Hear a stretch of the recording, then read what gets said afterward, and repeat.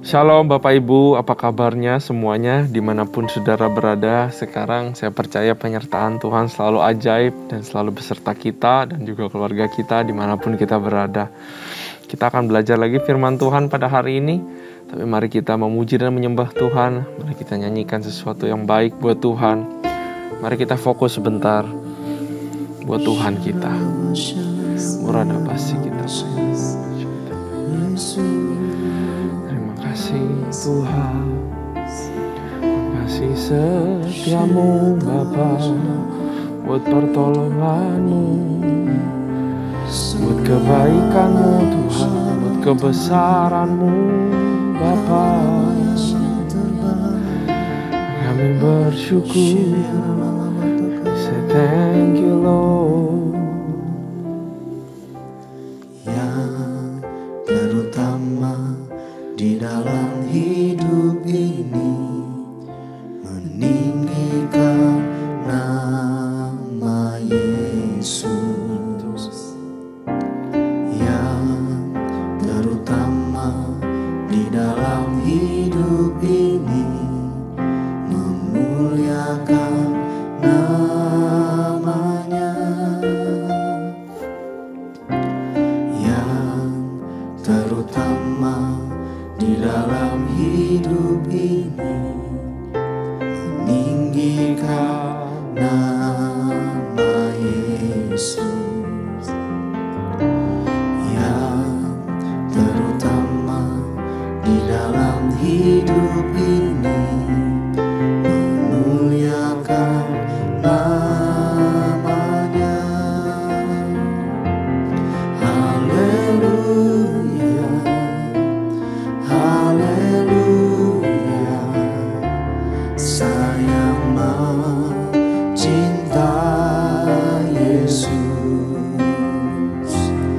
Haleluya, haleluya, saya mencinta Yesus.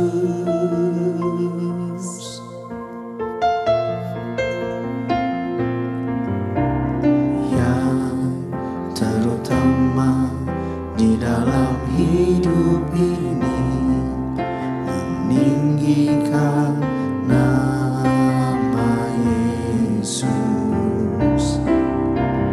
Yang terutama di dalam hidup ini, memuliakan namanya.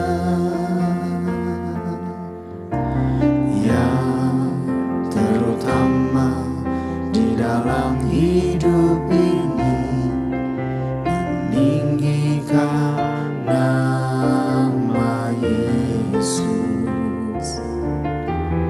Yang terutama di dalam hidup ini, memuliakan namanya. Haleluya, haleluya, saya mencinta Yesus. Haleluya, haleluya, saya mencinta Yesus. Haleluya, haleluya,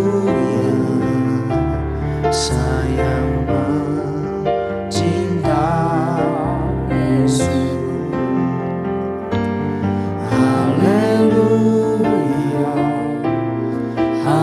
haleluya, saya mencinta Yesus.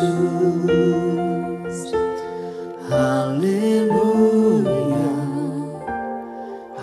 haleluya, saya mencinta Yesus. Haleluya, haleluya, saya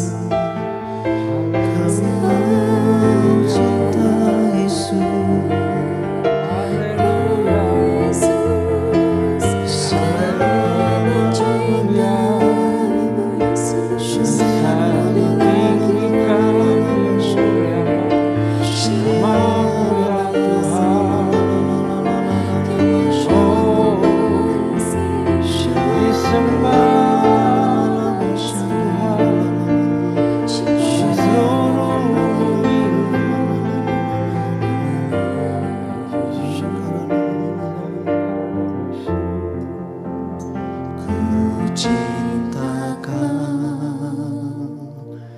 Yesus, ku puji Kau, Yesus, ku sembah Kau, Yesus,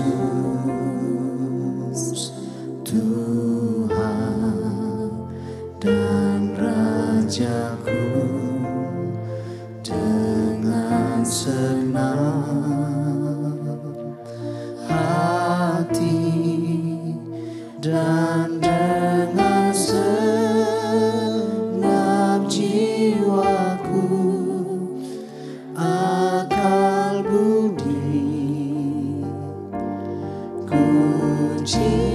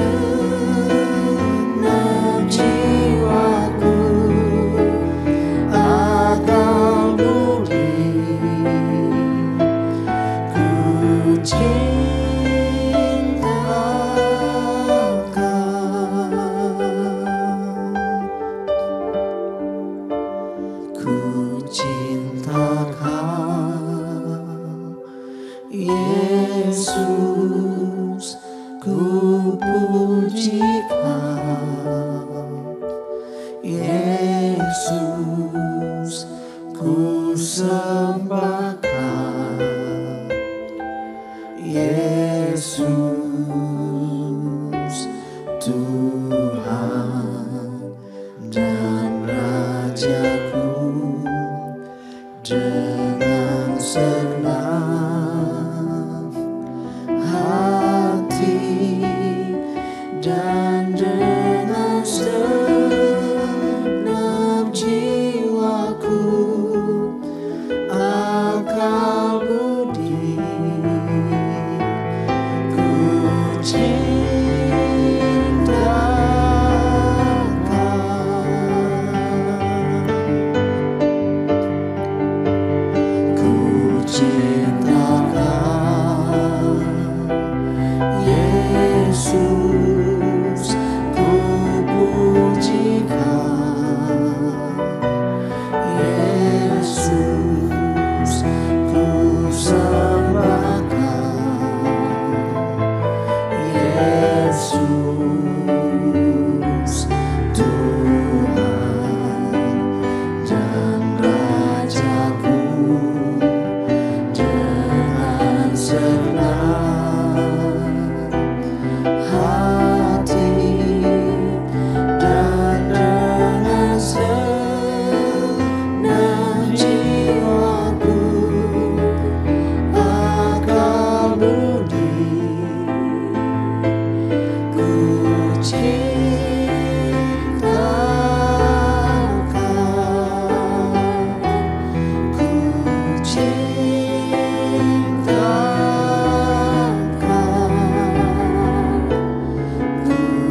Bapa,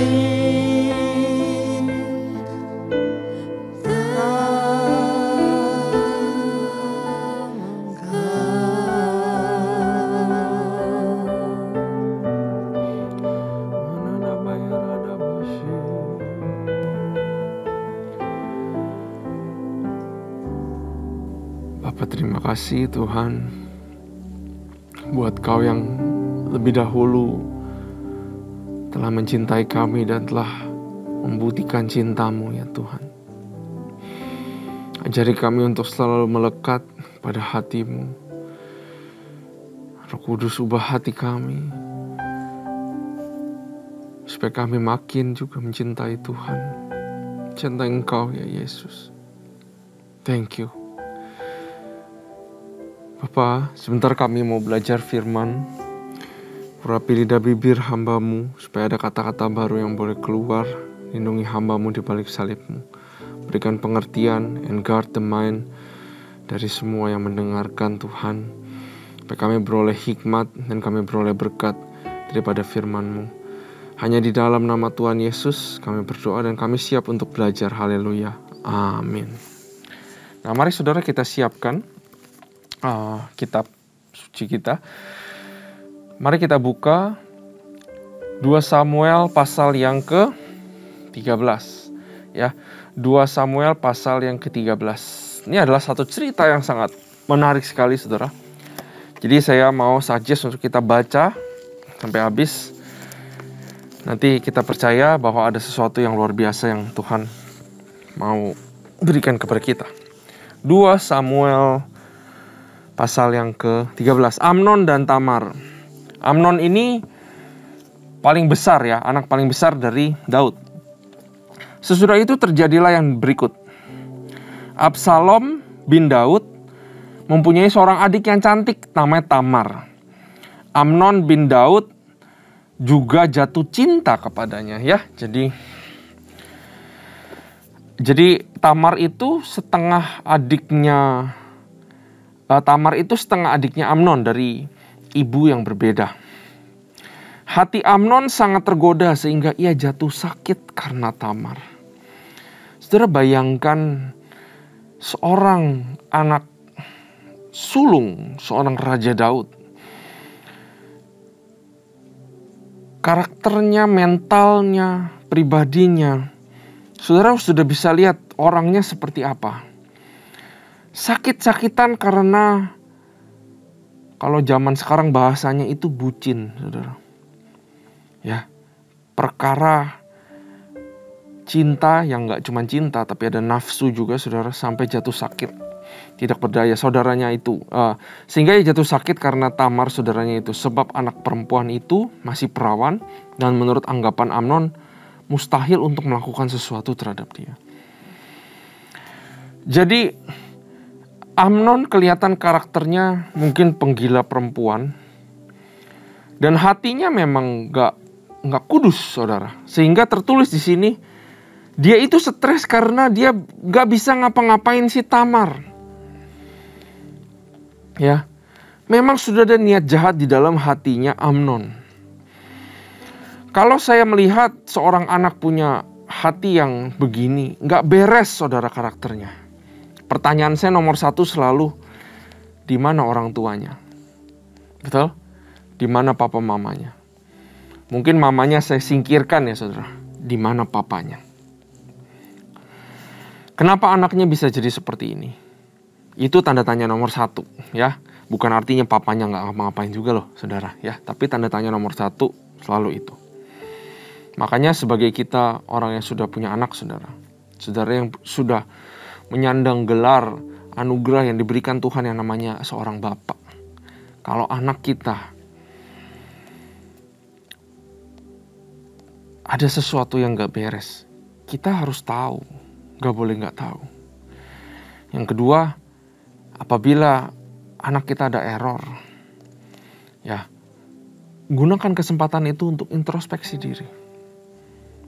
Karena lewat suatu masalah, lewat suatu kejadian, pasti Tuhan itu firman-Nya atau tegurannya seperti pedang bermata dua, kedua arah. Ya, Amnon mempunyai seorang sahabat bernama Yonadab. Jadi dia udah, kalau saya boleh dalam tanda kutip ya saudara ya, hatinya nggak bersih ya, ada kebejatan di dalam dirinya. Nah, dia punya sahabat nama Yonadab, anak Simea kakak Daud. Ya, jadi sahabatnya ya itu sepupunya dia ya. Yonadab itu seorang yang sangat cerdik. Nah, stop dulu sampai sini. Cerdik baik, tapi cerdiknya ke arah mana? Betul? Setiap orang mungkin dianugerahi kepintaran, kecerdikan. Tapi hatilah atau karakterlah, kehidupan yang benar di hadapan Tuhan lah yang menentukan kecerdikannya lari kemana. Sama seperti peluru, saudara, seperti pistol. Saudara diberikan kecerdikan, talenta yang hebat, tapi percuma kalau nembaknya sembarangan, arahnya nggak jelas, betul?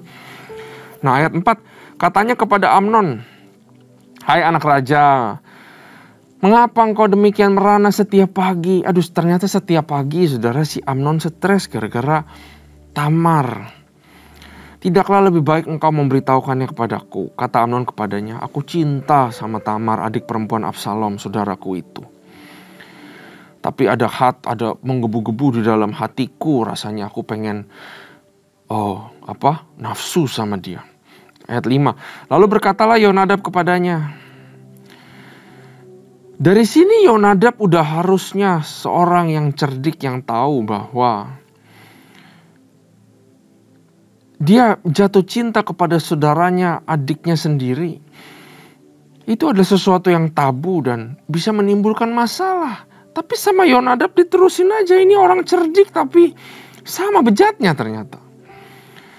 "Berbaringlah," katanya begini, "kamu berbaringlah di tempat tidur dan berbuat pura-pura sakit. Apabila ayahmu datang menengok engkau, maka haruslah engkau berkata kepadanya, 'Izinkanlah adikku Tamar datang memberi aku makan.'" Jadi seorang yang cerdik ini mengencourage Amnon untuk berbohong, untuk bersiasat yang gak baik. "Apabila ia menyediakan makanan di depanku sehingga aku dapat melihatnya, maka aku akan memakannya dari tangannya."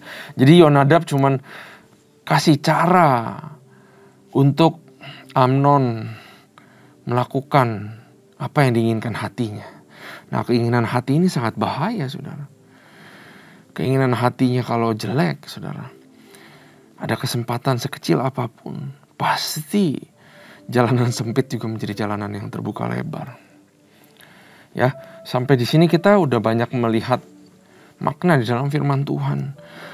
Tuhan sudah menyebutkan tentang persahabatan, Tuhan sudah menyebutkan tentang hati, betul? Ya. Dan Tuhan juga sudah menyebutkan tentang the absence of a father. Di mana Daud sampai sini? Ayat 6. Sesudah itu berbaringlah Amnon dan berbuat pura-pura sakit. Ketika raja datang menengok dia, berkatalah Amnon kepada raja, "Izinkanlah adikku Tamar datang membuat barang 2 kue di depan mataku supaya aku memakannya dari tangannya." Lalu Daud menyuruh orang kepada Tamar ke rumahnya dengan pesan, "Pergilah ke rumah Amnon, kakakmu, dan sediakanlah makanan baginya." Maka Tamar pergi ke rumah Amnon, kakaknya yang sedang berbaring-baring. Lalu anak perempuan itu mengambil adonan, meremasnya, dan membuat kue di depan matanya, kemudian dibakarnya kue itu. Saudara, kalau cuma mau kue, banyak pelayan yang juga bisa menyediakan. Saya nggak ngerti kenapa Daud tidak berpikir lebih panjang. Kenapa permintaannya seperti itu? Entah cuek, atau entah dia memanjakan Amnon. Ya betul, 2 hal yang kita bisa belajar sebagai seorang orang tua. Cuek dan juga hal memanjakan. Ya, itu udah warning di sini. Ayat 9. Sesudah itu gadis itu mengambil kuali dan mengeluarkan isinya di depan Amnon, tetapi ia tidak mau makan. Berkatalah Amnon, "Suruhlah setiap orang keluar meninggalkan aku." Lalu keluarlah setiap orang meninggalkan dia. Lalu berkatalah Amnon kepada Tamar, "Bawalah makanan itu ke dalam kamar supaya aku memakannya dari tanganmu."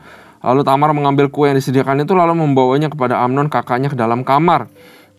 Ketika gadis itu menghidangkan kepadanya supaya ia makan, dipegangnyalah gadis itu dan berkata kepadanya, "Marilah tidur dengan aku, adikku."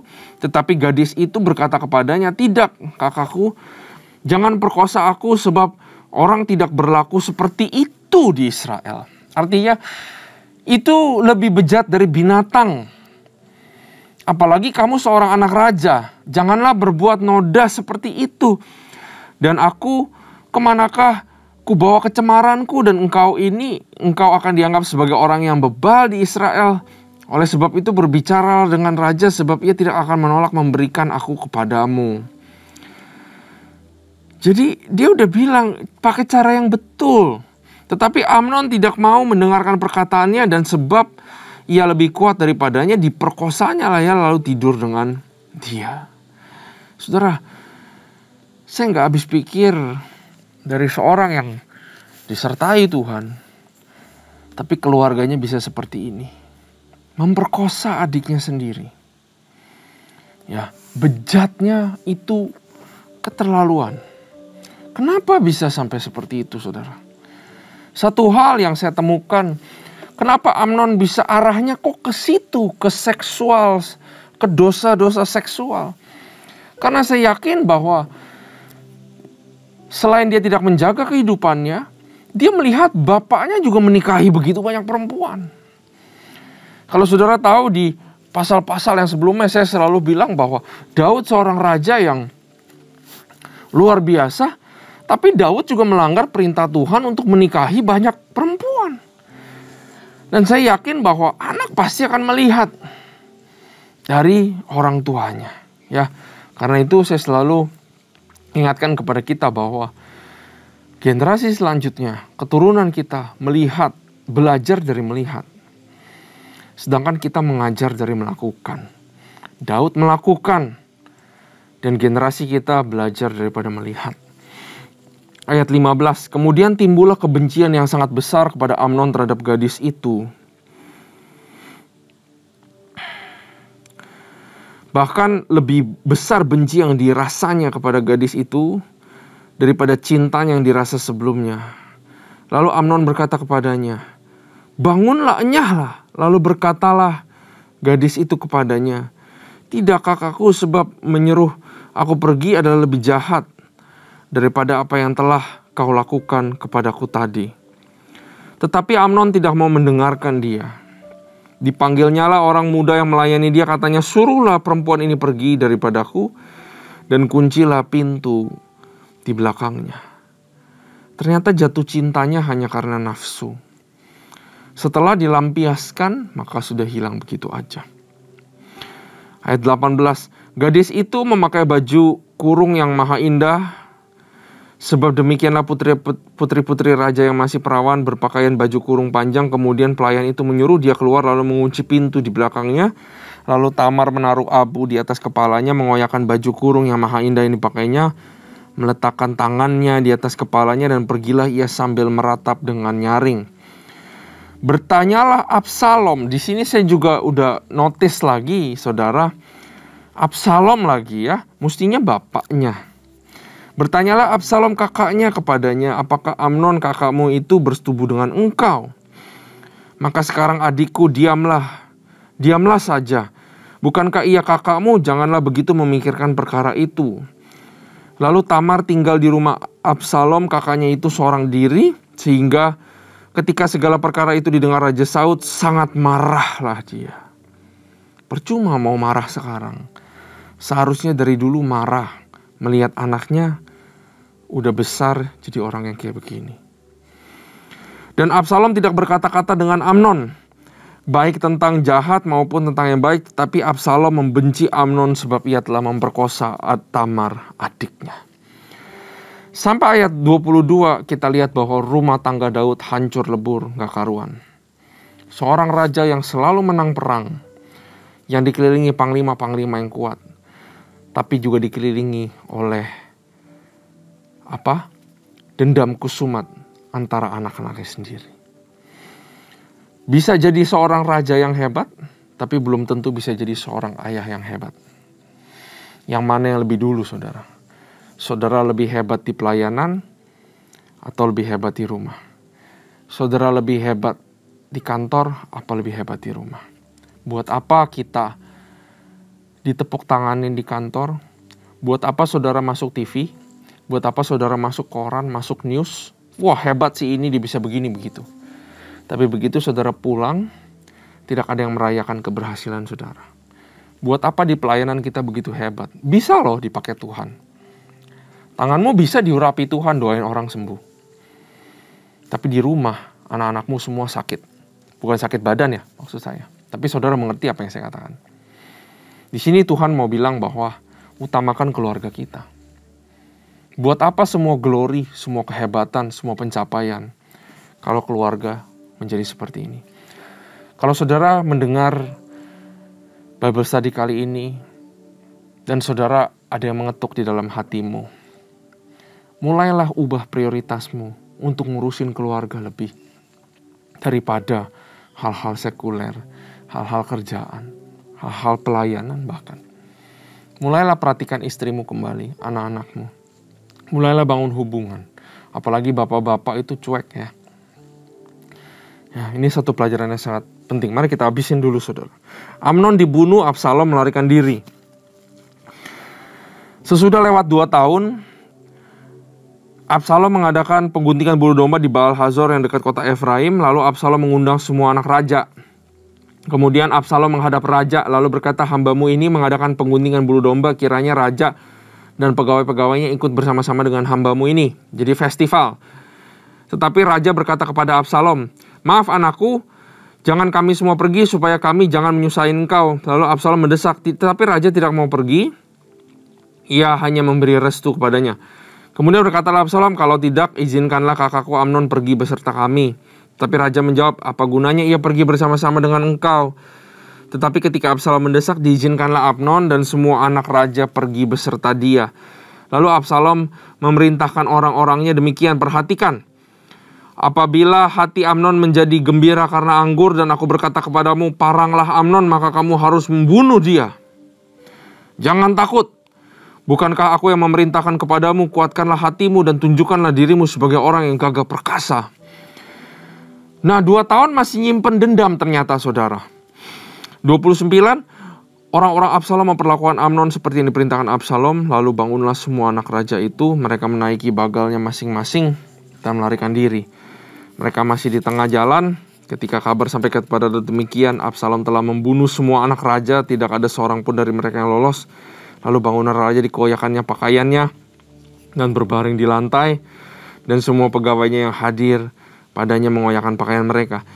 Maka berbicaralah Yonadab anak Simea kakak Daud, katanya, janganlah tuanku menyangka bahwa semua orang muda anak-anak raja itu telah dibunuh, hanya Amnon yang mati. Sebab hal itu telah terlihat pada air muka Absalom sejak Amnon memperkosa Tamar adiknya. Saudara, ternyata pemerkosaan ini nggak diurusin sama Daud. 2 tahun dibiarin aja sama Daud. Saya nggak ngerti apa yang terjadi dengan Daud. Seseorang yang selalu ingat tanya Tuhan. Seseorang yang di pasal-pasal sebelumnya kita bisa amazed, kita bisa luar biasa sama cerita Daud. Tapi anaknya memperkosa adiknya sendiri sama Daud, nggak diapa-apain saudara. Sehingga Absalom menjadi semakin pahit dan merencanakan pembunuhan. Jadi janganlah tuanku raja menaruh pikiran dalam hatinya bahwa semua anak raja itu sudah mati, sebab hanya Amnon yang mati. Absalom melarikan diri. Ketika orang yang berjaga-jaga melayangkan pandangnya, maka terlihat olehnya sejumlah besar orang datang dari jurusan Horonaim sepanjang sisi pegunungan.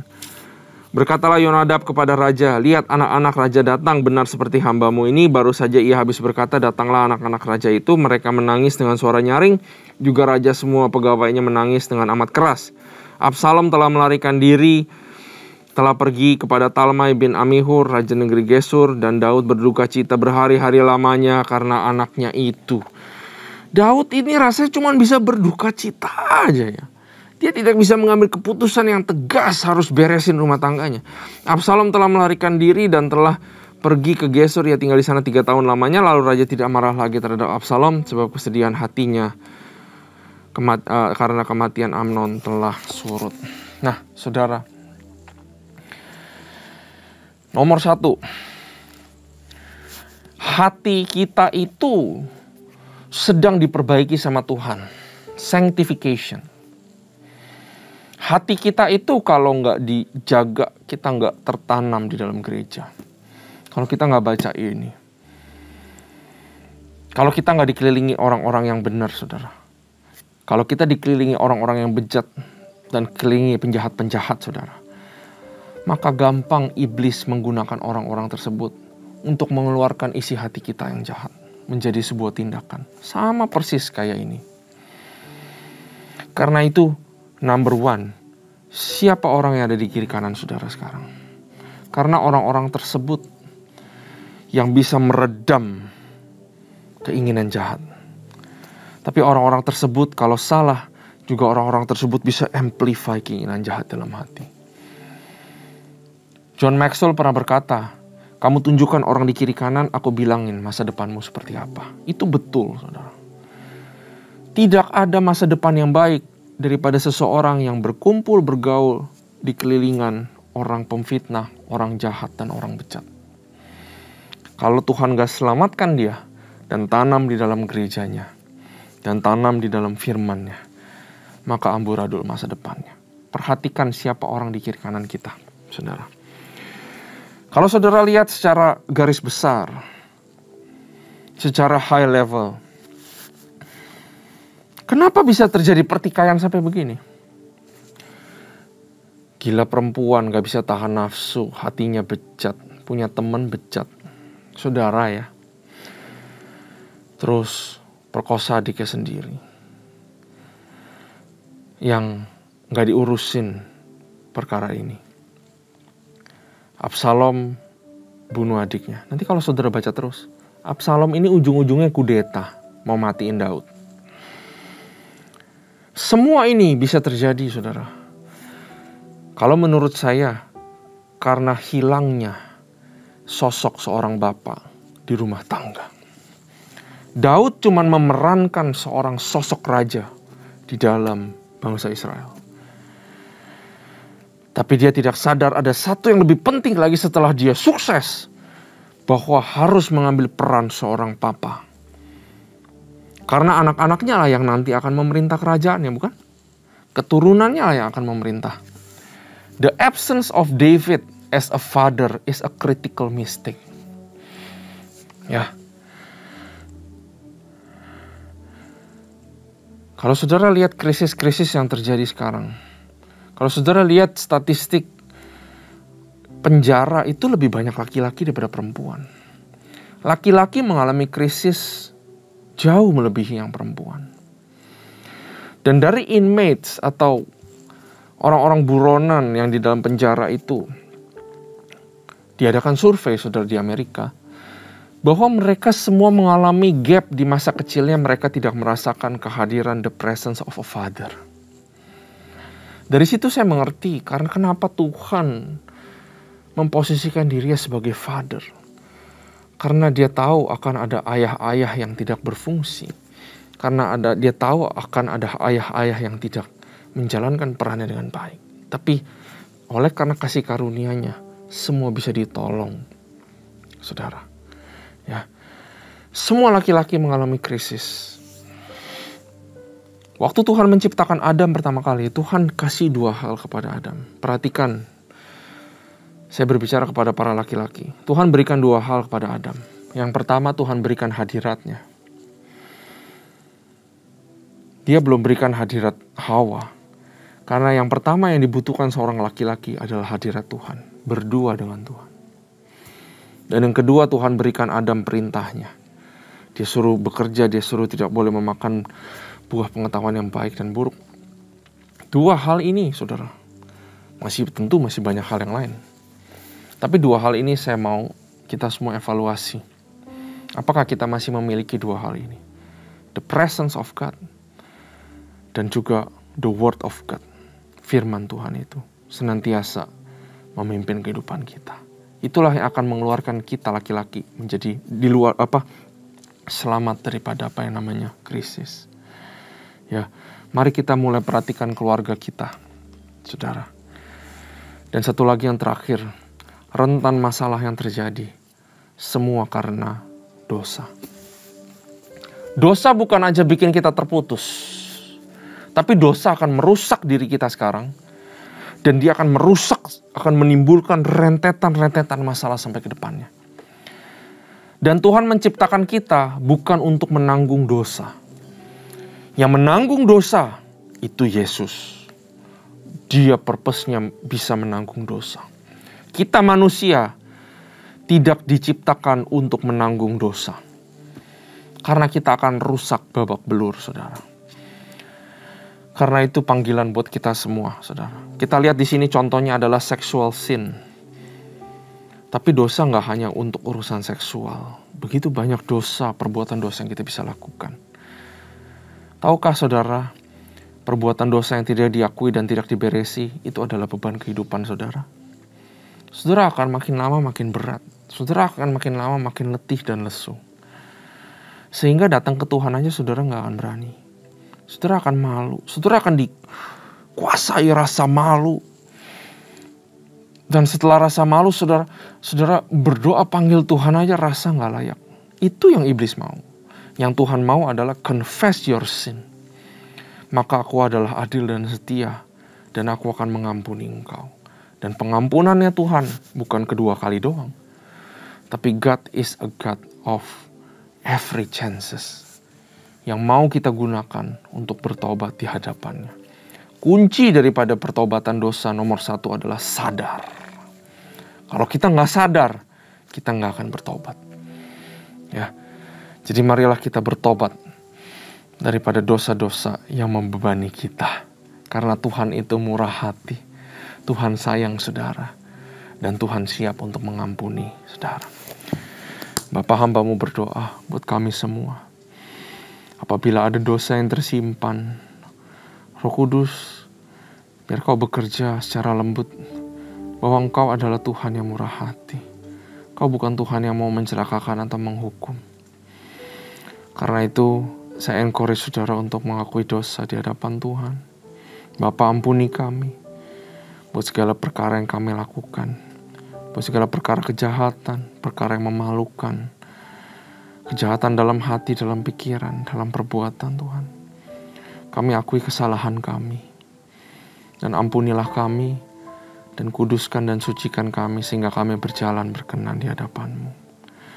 Now we declare bahwa kita sudah diampuni Tuhan. Terima kasih buat pengampunan-Mu. Pengampunan-Mu luar biasa. Bimbing kami supaya kami terus berjalan di dalam kebenaran. Hanya di dalam nama Tuhan Yesus kami berdoa.